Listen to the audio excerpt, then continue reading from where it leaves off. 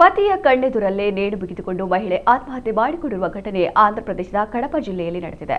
ಕೃಷ್ಣವೇಣಿ ಆತ್ಮಹತ್ಯೆ ಮಾಡಿಕೊಂಡ ಮಹಿಳೆ ಕೌಟುಂಬಿಕ ಕಲಹದಿಂದ ಬೇಸತ್ತು ಕೃಷ್ಣವೇಣಿ ಆತ್ಮಹತ್ಯೆ ಮಾಡಿಕೊಂಡಿದ್ದಾಳೆ ಎನ್ನಲಾಗಿದೆ. ಕೃಷ್ಣವೇಣಿ ಆತ್ಮಹತ್ಯೆ ಮಾಡಿಕೊಳ್ಳುತ್ತಿರುವಾಗ ಪತಿ ಶ್ರೀನಿವಾಸ್ ಆಕೆಯನ್ನ ತಡೆಯುವ ಬದಲು ವಿಡಿಯೋ ಮಾಡುತ್ತಿದ್ದ ಎಂಬ ಆರೋಪ ಕೇಳಿಬಂದಿದೆ. ಹೀಗೆ ಕುಣಿಕೆ ಕಟ್ಟಬಾರದು, ಹೀಗೆ ಮಾಡಬೇಕು ಎನ್ನುತ್ತಿದ್ದ ಎನ್ನಲಾಗಿದೆ.